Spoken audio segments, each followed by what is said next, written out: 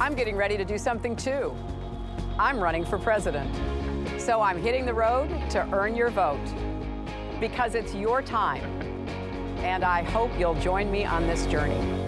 Well, that intended journey back to the White House is off to a bumpy start. First, there were questions about Hillary Clinton's emails while she was Secretary of State. Now stories in the New York Times and other major media outlets reporting on allegations from a yet-to-be-published book are raising questions about the Clinton Foundation that could impact Hillary Clinton's chances at the presidency in 2016. But are these media stories jumping to unfounded conclusions? Joining us now from Newsmax New York, our Chief Executive Officer of Newsmax, Chris Ruddy. Chris wrote an op-ed on our website yesterday, newsmax.com, defending the Clinton Foundation, and that in itself caused quite a stir. Chris, it's so good to have you here on the premiere of Newsmax Prime. Welcome. Well, JD, thank you for having me, and congratulations on taking the helm of our Prime show, 8 p.m. show. I'm sure it's going to be a great success with you at the helm. Well, sir, let's go back to what you wrote yesterday. You defended the Clinton Foundation, saying there was no evidence of any impropriety by the foundation or its donors.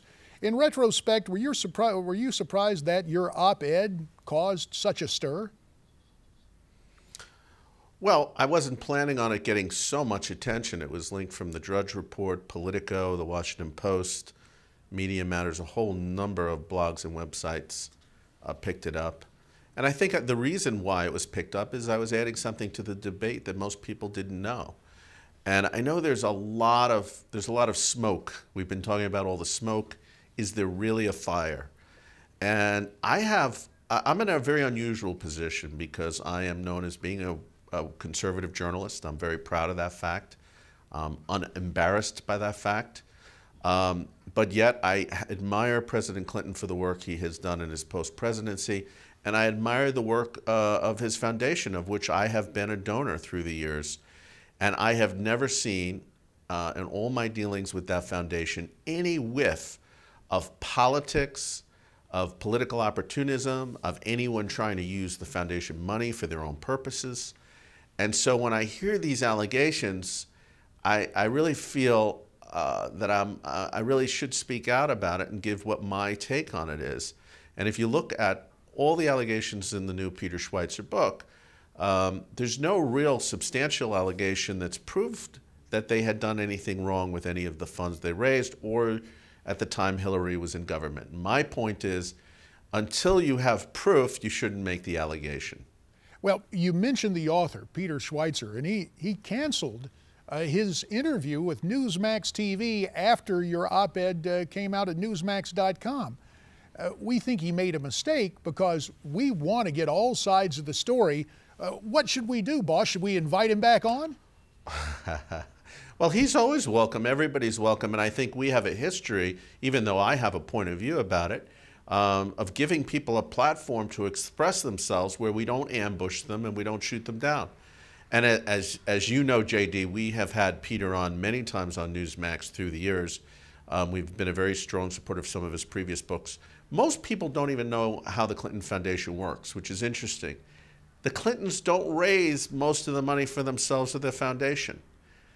They have set up a system at the CGI annual meeting, it's called the Clinton Global Initiative, where wealthy donors and foundations come into New York and they meet with charities operating all over the world. And they're charities that any Republican could support.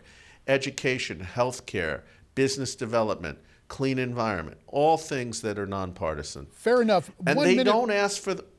With just a minute left. And JD, I was just saying, they don't ask for the money for the foundation. They ask the donors to donate directly to these groups and organizations that the Clintons don't control.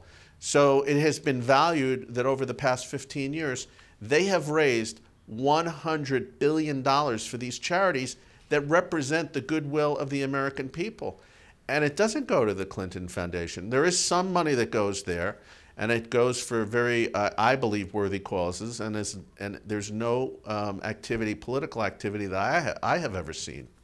Well, there is one group out there that puts the Clinton Foundation on a par with Al Sharpton's National Action Network in terms of money that is not getting to charity, that's getting eaten up in administrative costs. 15 seconds remain. Is that an unfair allegation? What they don't realize is that the staff that works at the foundation are in places like Africa putting through the programs, the healthcare programs the foundation supports.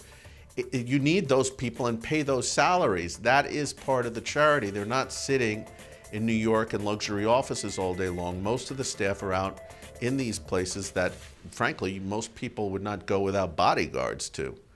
Christopher Ruddy, CEO of Newsmax, thank you for the opportunity to be the host of Newsmax Prime, and thanks for your time today. Thank you, JD.